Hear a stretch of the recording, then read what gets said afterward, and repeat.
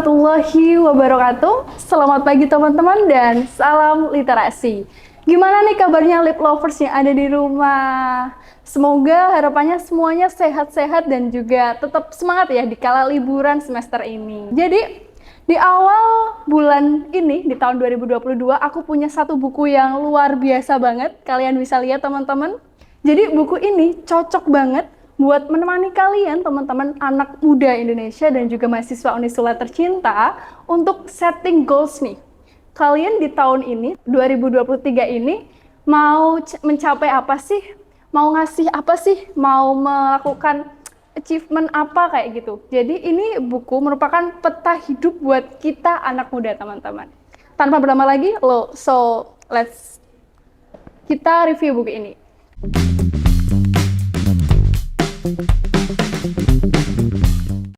Yang pertama, buku ini berjudul 21 Days to be a Transhuman. Gimana sih caranya untuk menjadi manusia, terutama anak muda, di atas rata-rata? Buku ini merupakan karya yang luar biasa sekali dari Nanang Koshim Yusuf, teman-teman.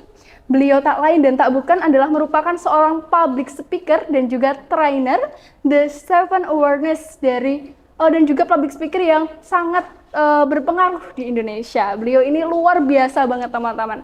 Sekilas info mengenai beliau menitih karirnya dari seorang marbot di salah satu masjid yang ada di kota Cirebon, Jawa Barat.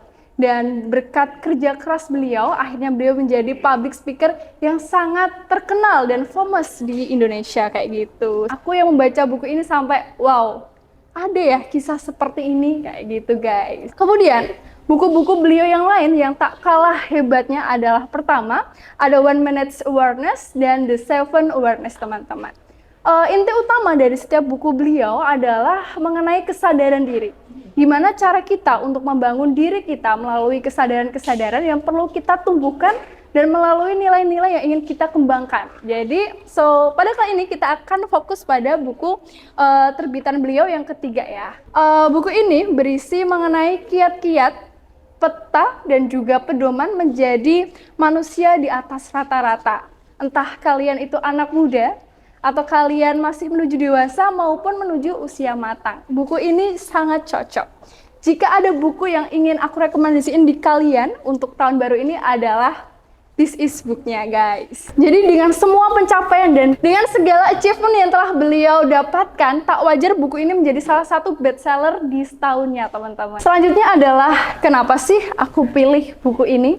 Buku ini merupakan salah satu jawaban dari pertanyaan anak muda yang ada di Indonesia sekarang. Gimana sih caranya konsisten? Gimana sih caranya disiplin? Gimana sih selalu mulai action tanpa mikir dulu? Gimana sih caranya mengurangi menunda-nunda? Di sini akan termuat jawaban dari pertanyaan kalian, teman-teman anak muda.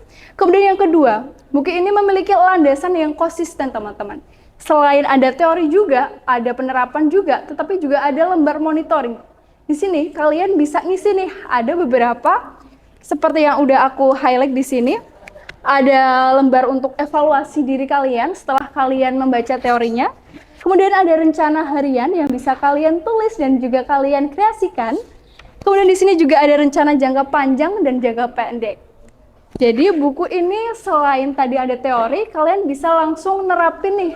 Kayak buat struktural apa sih yang mau didapatkan ke depannya kayak gitu. Selain itu, buku ini juga tepat bagi kalian, anak muda Indonesia yang mau merintis, mau buat apa ya tahun ini gitu. Ini bisa kalian jadiin rujukan untuk menjadi salah satu pedoman kiat-kiat sukses menjadi anak muda di era sekarang, yaitu zaman modern. Selanjutnya teman-teman, ide utama dari buku ini, setebal 235 halaman ini adalah gimana menjadi pemuda Indonesia yang seimbang, yang balance nih, secara psikologis maupun spiritualnya. Yang pertama adalah dari sisi visioner. Teman-teman, kita harus memiliki visioner ke depan atau visi dan misi ke depan. Di tahun ini mau mencapai apa, tahun kedepannya mau mencapai apa, mau membuat apa, itu harus kita susun dengan runtut agar apa sih? Ya karena kita sebagai anak muda harus memiliki planning yang luar biasa untuk menata masa depan kita.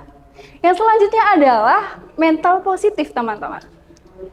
Aku tahu banget di era sekarang kita menghadapi tantangan yang luar biasa di era distraksi ini, di era digitalisasi juga yang memiliki pengaruh negatif dan positif tentunya. Kita nggak bisa pungkiri itu ya. Jadi buku ini juga melatih kita untuk memiliki dan mengembangkan mental positif. Gimana sih caranya, Kak? Tentu aja dengan self-awareness, dengan penyadaran diri, menumbuhkan dan mengembangkan nilai-nilai positif dari alam sadar bawah kita, guys. Jadi kalian bisa coba kiat-kiatnya di dalam buku ini ya. Kemudian yang ketiga adalah kemampuan untuk fokus, teman-teman. Kita seringkali lupa bahwa multitasking mungkin ada manfaatnya, tetapi lebih baik kita fokus pada hal-hal yang lebih prioritas dan itu sangat tupoksinya bermanfaat bagi kita, teman-teman. Kayak gitu. Jadi lebih baik kualitas daripada kuantitas ketika kita menjalankan event atau program, project atau lainnya. Karena dengan maksimalitas itu akan tercipta suatu produk atau karya yang yaitulah diri kalian gitu, mencerminkan diri kalian. Tidak semua multitasking itu baik. Hanya ada beberapa orang yang bisa fokus pada beberapa aspek atau hanya satu aspek aja. Itu bisa dilatih, kita akan fokus bersama buku ini. Gimana sih fokus di satu hal dan itu akan membuahkan hasil, teman-teman. Jadi dengan fokus pada satu hal, kita akan lebih mendapatkan hasil yang maksimal. Intinya adalah itu di buku ini. Yang terakhir adalah konsisten. Konsisten. Ini merupakan satu mungkin bisa dibuat salah satu trigger juga kalau kita mau melakukan sesuatu. Pasti kita terganggu dengan distraksi di lingkungan maupun di dalam diri kita ya. Dari eksternal maupun internal diri kita. Kita bisa meminimalisir distraksi itu dengan cara yaitu konsisten, teman-teman. Jadi intinya di buku ini dijelaskan bahwa ketika kalian udah menghadapi distraksi, atau kalian mengalami mental down gitu dalam melakukan sesuatu atau mencapai sesuatu, kalian bisa rehat sebentar dan coba pikir dan tata ulang nih, apa sih goals kalian? Apa sih tujuan kalian? Apa sih visi dan misi yang kalian ingin capai di tahun ini atau di project itu kayak gitu. Jadi apapun distraksinya, coba untuk tetap lakukan. Walaupun itu sedikit maupun tidak sesuai target, tetap lakukan di setiap harinya merupakan kuncinya, teman-teman. Itu kunci untuk membangun konsistensi pada diri kita. Kemudian teman-teman, apa sih yang membedakan buku ini dengan buku self-awareness atau self-development yang lain? Ini cukup riskan ya, but aku coba untuk sharing sama kalian. Jadi ketika kalian baca nih buku self-awareness yang lain, mungkin berisi teori atau studi kasus atau mengenai pencerminan diri penulisnya sendiri. Nah, pada buku ini kita disajikan lembar monitoring, lembar evaluasi, dan juga kita bisa nih mencatat apa sih rencana panjang kita, rencana pendek kita ke depannya. Jadi kita langsung bisa action.